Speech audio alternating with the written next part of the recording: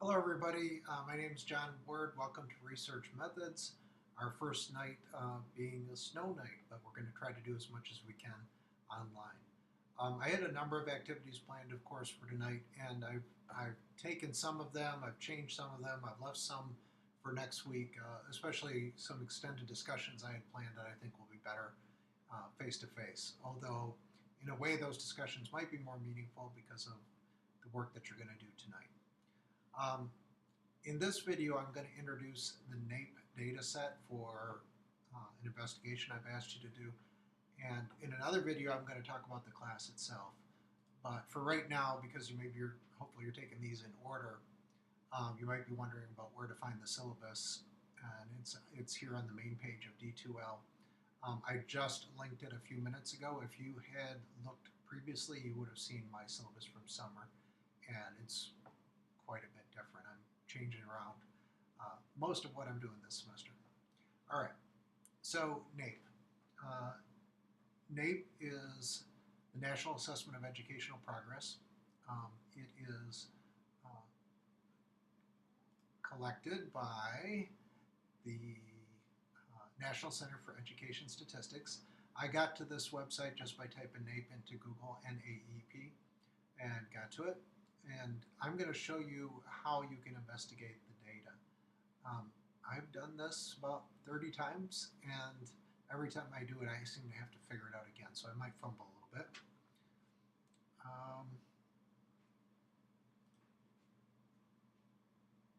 All right, I clicked the long-term trend assessments. I don't think I'm in the right place. Data tools, let's try this. All right. I'm going to look at the Data Explorer for long-term trends. All right, that's what you want to get to.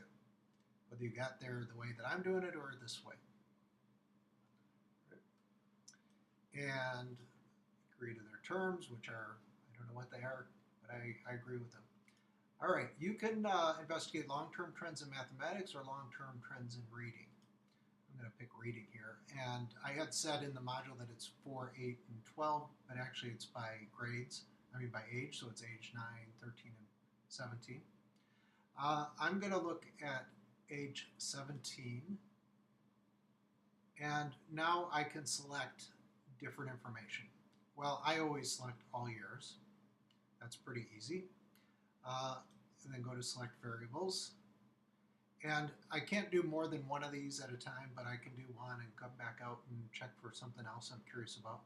So I can look at all students, and I'm going to do that. I'm hesitating here because I want you to guess what you think has happened in the last 10 years or whatever. Actually, we can go back to 1971.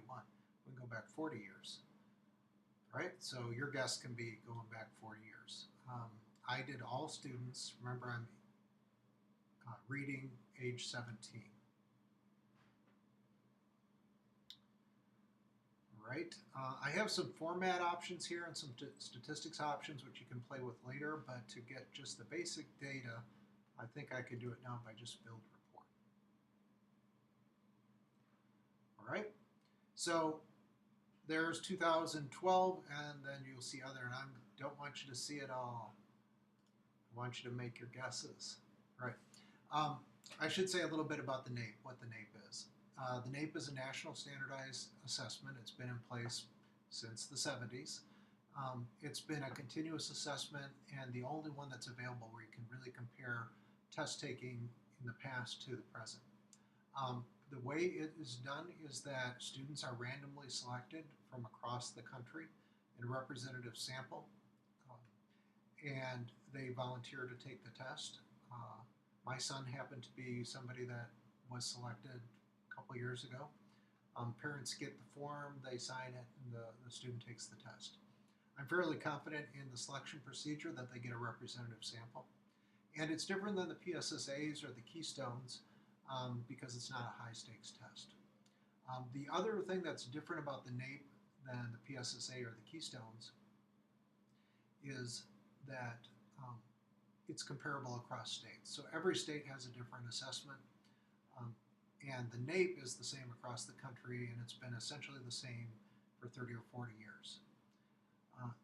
Another reason the NAEP is better than the PSSAs or the Keystones um, for trying to see whether or not schools are doing better is that one way that schools do better on the PSSA is by doing things like anchor assessments, where the actual kinds of content that are specifically in the PSSA tests are emphasized in the curriculum. The NAEP is not going to do that. The NAEP is going to have a broader selection of reading and math outcomes that are not specifically designed in the curriculum. So you could have a curriculum that's very well tailored to very specific kind of test items, teaching to the test, maybe in a positive way, maybe in a negative way, that boost up PSSA scores over time. But that would only have an effect on the NAEP if it was also increasing a broad representation of what would have been considered good reading curriculum over the years, or good math curriculum. So it's independent of states.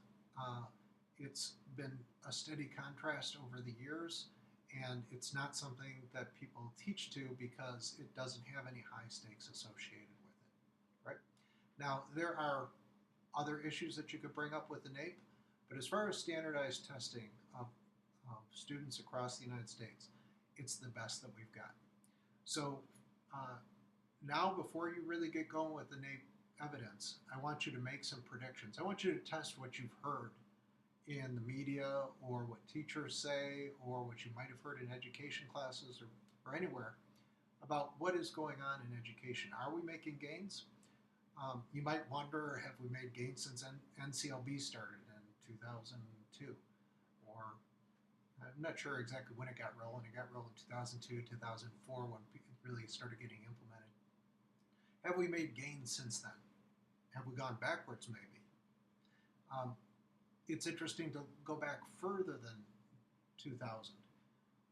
A lot of folks feel like U.S. education is generally getting worse over the years, like the last generation is worse than this generation. Is that true?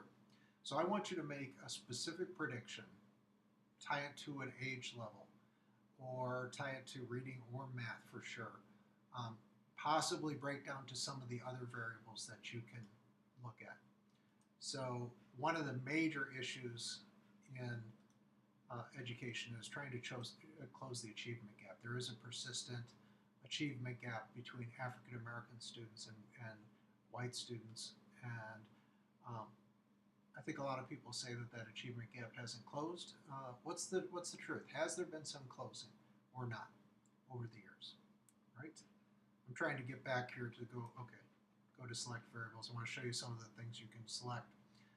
You can select disability status of students, but only going back to 2004, probably owing to extra demographic variables they started including in the NAEP with No Child Left Behind. You can include gender, school lunch, parental education levels, race and ethnicity, and there's different ways that race and ethnicity have been categorized over the years, and English language learners. You can also look at school factors and community factors, and there's a bunch in there that you can explore. So before you actually get to printing out the reports or generating the reports, I want you to make a prediction on writing, explore it a bit, see if it's true or not, and report it on D2L. All right, looking forward to what you come up with.